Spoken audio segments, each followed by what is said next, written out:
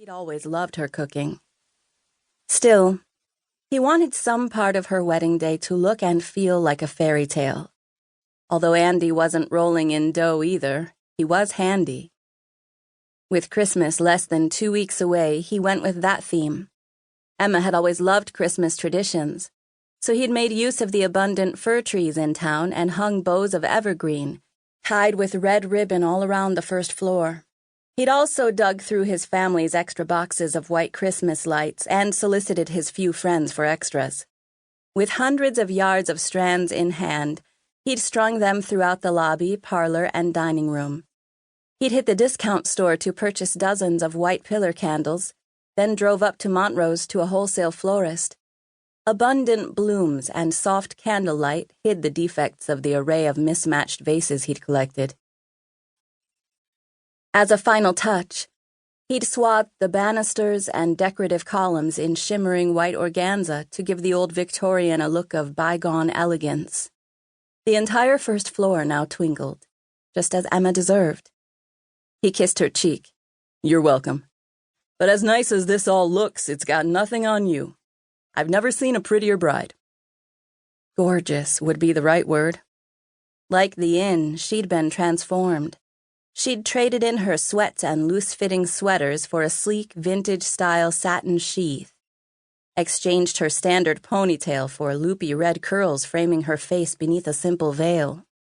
A little extra eyeliner around those emerald eyes gave her a definite femme fatale quality this evening. She squeezed his hand and smirked. "I won't tell your sister you said so." "Speaking of Avery, have you seen her?" Emma glanced around the crowd. "Not in a while. I've been busy making my rounds to thank people for coming." "It's good to see you so ecstatic." "Thanks. Now we need to see you settled and happy." She offered a hopeful smile and straightened his tie. No surprise it needed an adjustment, considering the last time he'd worn one had been when he'd met with his lawyer about the plea bargain. "Don't hold your breath." "I'm doing okay, Em. Not to worry." "But I do. Hopefully you'll end up under the mistletoe with someone special." She hugged him again, which he appreciated. Her trust in him had never wavered. "Sorry, but I've got to make sure I get around to everyone. Try the parlor. I bet Avery's in there. That's where I have the healthy snacks."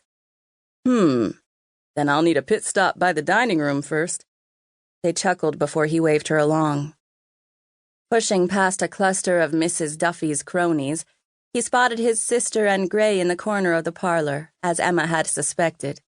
He beelined for them, having little interest in socializing with the masses. "What's wrong?" Avery asked when he approached. "Nothing." He sent Gray a questioning look. "You've got a blank look on your face like you're not really here," she pressed. Andy shrugged, putting Mrs. Mayer and his frustrations aside. "I just saw Emma, but haven't caught up to Wyatt." "I think Tripp's dragged him off to the bar again," Avery said. "Huh." He'd go join them, but he didn't need more scrutiny. Gray cleared his throat. His brother-in-law had been pretty friendly for Avery's sake, although Andy couldn't claim they were close. That wasn't Gray's fault. Andy couldn't look at the guy without remembering what he'd done and how Gray had suffered.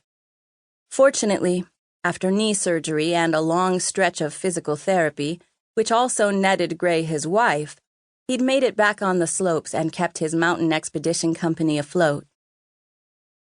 "Expecting big snow this week," Gray said before chugging some beer. No one gave him the side-eye. "I hope to get out at least once." Andy tucked his hands in his pockets. Gray, Tripp, Wyatt, and their clients hiked into the backcountry to ski and snowboard. Andy enjoyed that on occasion, but he'd preferred working with the tourists on resort terrain. He loved moguls and trick parks, and he really, really wanted to be out there on a daily basis. "Have you done anything about getting your old job back?" his sister asked. Andy shook his head. The Sterling Resort had a prohibition against hiring instructors with criminal records.